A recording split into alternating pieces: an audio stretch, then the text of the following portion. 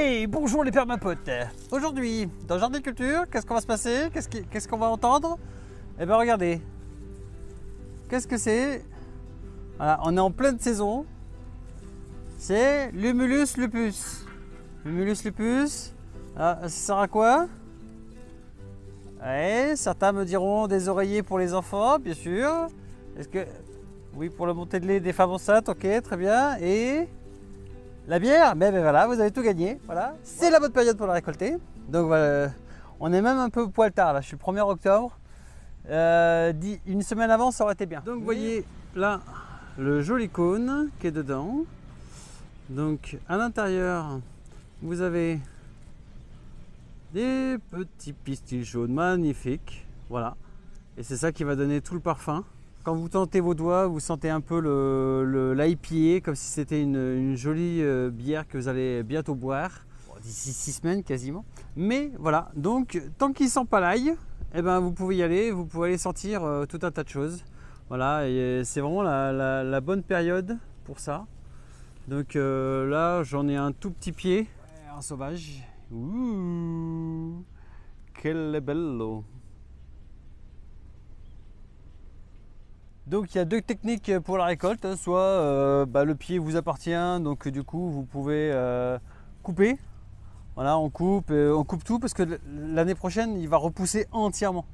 Donc voilà, soit on enlève tout, soit on récolte cône par cône. Et puis voilà, après on va le faire sécher sur des clés, des clayettes. Et sinon il peut s'utiliser en effet frais.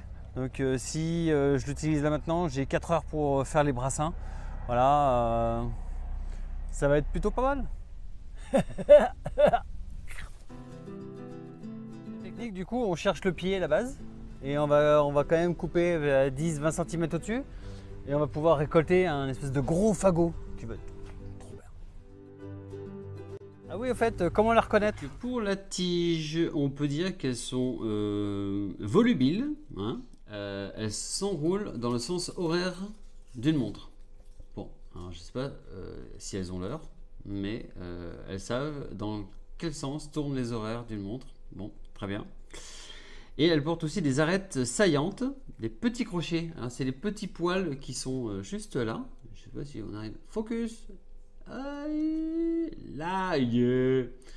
Donc ça, c'est des petits poils épidermiques qu'on appelle aussi des trichromes. Voilà, et c'est ce qui va permettre de s'accrocher à tout et n'importe quoi comme support. Voilà, il y en a aussi là qu'on voit très bien. Voilà, et si je fais juste ça des fois. Et ouais, magie. Les feuilles, elles sont opposées, donc ça veut dire que là, en fait, s'il y en a une ici qui pousse, l'autre côté, elle pousse aussi. Voilà, donc elles sont opposées. Et à nervation palmée, hein, on voit bien les palmes. Voilà, et elles sont grossièrement dentelées. Parce que du coup, c'est une liane, hein, donc elle monte. Elle se bouture très bien par rhizome. Voilà, c'est très dur quand même de couper, de rebouturer ça ou d'en faire une greffe. Et si vous voulez les bouturer, donc il faut faire des rhizomes de 10 cm, les mettre dans la terre et ça repousse, c'est extraordinaire. Voilà, ça, paillage. Quand elles sont comme ça, un peu marron, bon, paillage, hein. Ça sert pas à grand chose. Non, ça sent plus rien. Ça sent pas la bonne bière. Voilà. Je vais faire un fagot et puis après je vous montre après. Donc là je voulais vous faire voir aussi le fait que ça soit une liane. Voilà, ça part là, ça part là, ça part là. Hop, ouais, bah du coup, je vais revenir dans l'autre sens. Hop, ça repart là et ça revient dedans. Donc dans tous les sens, c'est une liane qui est assez robuste. Et je fais attention là parce que du coup, je vais pouvoir utiliser cette magnifique fibre pour faire de la vannerie. Voilà. Alors, pour un beau brassin, il faut du beau houblon. Ah, encore un pied que je n'avais pas vu. Hop.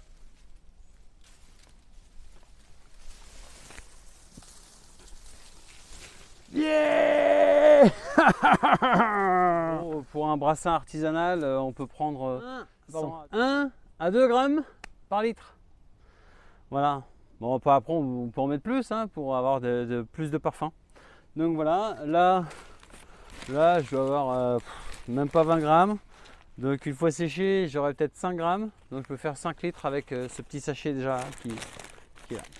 Bon, allez, dépiotage et puis le brassin on verra plus tard parce que là j'ai pas le matos. Mais bientôt les amis. Donc du coup, rien de plus simple, hein. On enlève juste les petits cônes qui sont là. Voilà. Et le reste, ça part. Alors comme je disais, je vais garder la liane parce qu'elle est assez résistante en effet. Et je vais pouvoir faire un dreamcatcher ou faire quelque chose en déco ou un panier ou quelque chose en vannerie qui va pouvoir s'utiliser. Quand il y a des petits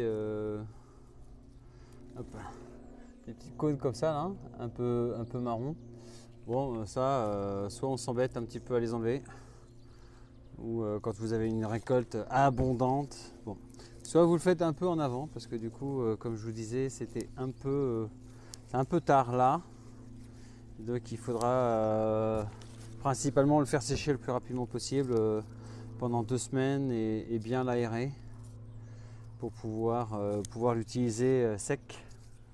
Hop là, poubelle juste là à côté. Voilà, petite activité. Cool. Moi ça fait 4-5 ans que je récolte du houblon sauvage. C'est assez pérenne comme plante, comme liane. Et donc du coup, cette année là, on va voir à la fin, il y aura peut-être 200-300 grammes.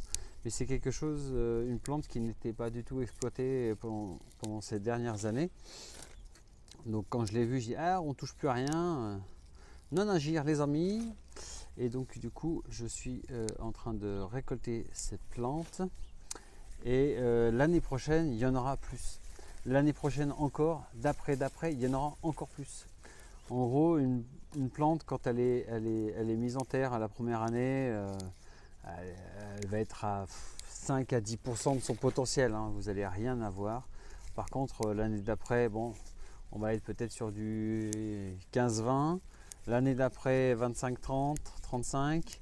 L'année d'après encore, là, on arrive à peut-être 50%. Et d'ici 7 ou 8 ans, on arrivera à 100%. Et donc d'avoir pratiquement... je sais pas, il y en a certains, moi j'en ai fait un une fois, j'étais à plus de 5 kilos, et il était plutôt pas mal. Voilà. Bon, il vous restait plus qu'à brasser et à trouver les diverses utilisations. Je sais qu'en effet, pour les enfants un peu actifs, pour les calmer, certains faisaient des oreillers avec le cône. Voilà, ça a peut-être un effet relaxant, ça les apaise. C'est dans le monde dans lequel on vit, ça peut être pas mal pour certains. Voilà, et puis pour d'autres, bon, pas besoin. Hein. Ça sent bon. Oh là, my goodness. Voilà, ça c'est ma main. Donc il doit y avoir peut-être 300 grammes, on a tout cassé. Donc une fois que ce sera sec, il y aura peut-être 100 grammes sec et encore.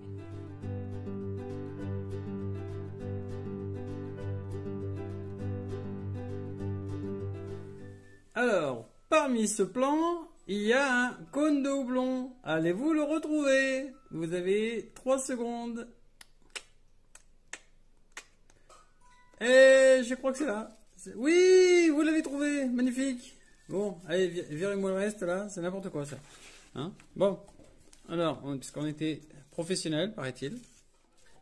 Alors, je voulais faire une dissection pour justement vous faire voir à l'intérieur. Hein? Bon, d'habitude, on fait pas ça avec un couteau.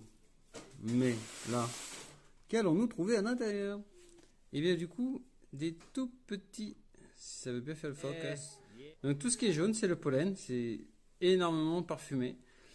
Et là, il n'y a pas de graines. On le voit bien. Donc voilà. C'est ça qui va justement donner le parfum à la bière.